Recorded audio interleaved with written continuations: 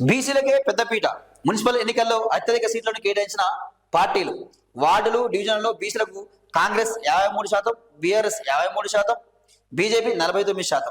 ముగిసిన నామినేషన్ల ఉపసంహరణ పర్వం, బరిలో అభ్యర్థులపై స్పష్టత అంటూ మనం చూడడం జరుగుతూ ఉంది. అంటే ఇక బీసీలకే పెద్దపీట వేసినాము, సో ఈ బీసీలకే మేము టికెట్ ఎక్కువగా ఇచ్చినాము, అన్ని వార్డులు అయితే డివిజన్లు అయితే కాంగ్రెస్ 53%, బీఆర్ఎస్ 53%, బీజేపీ 45% టికెట్లు ఇచ్చినామని చెప్పి పక్క చెప్తా ఉంది. అంతే ఏంటంటే బీసీలను కొంత చల్లపరచడానికి మాత్రమే, బీసీలను కొంత చల్లపరచడానికి మాత్రమే వీళ్ళు టికెట్లు ఇస్తా ఉన్నారు.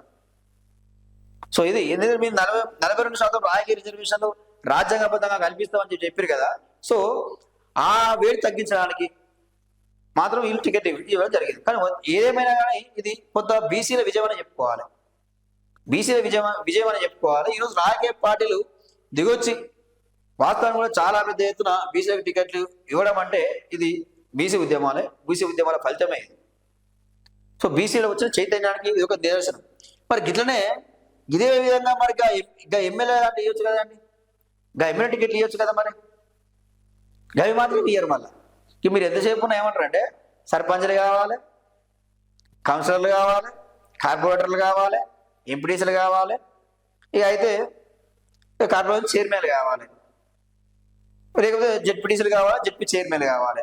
ఒక ఇంతవరకే కావాలి. మళ్ళీ మీరు ఎమ్మెల్యే దాకా రావద్దు, మళ్ళీ మాకు ఎమ్మెల్యే సీటు కావాలి, ఎంపీ సీటు కావాలి మళ్ళీ అడగొద్దు. మళ్ళీ రాజ్యాధికారం దాకా రావద్దని చెప్పి వాళ్ళు ఇంతవరకు ఓకే. ఎమ్మెల్యే సీట్ వచ్చే వరకు అడిగారు. ఇక నీ దగ్గర డబ్బులు లేవు, నువ్వు తట్టుకోలేవు, నువ్వు పెట్టుకోలేవు, ఇక బీఫామ్ లేరు. అప్పుడు ఇక ఇదో కుట్ర ఉంటుంది. ఇక ఇది గమనించుకోవాల్సిన అవసరం అయితే ఉంది. సో రాజకీయ శక్తిగా ఎదగాల్సిన అవసరం అయితే ఉన్నది.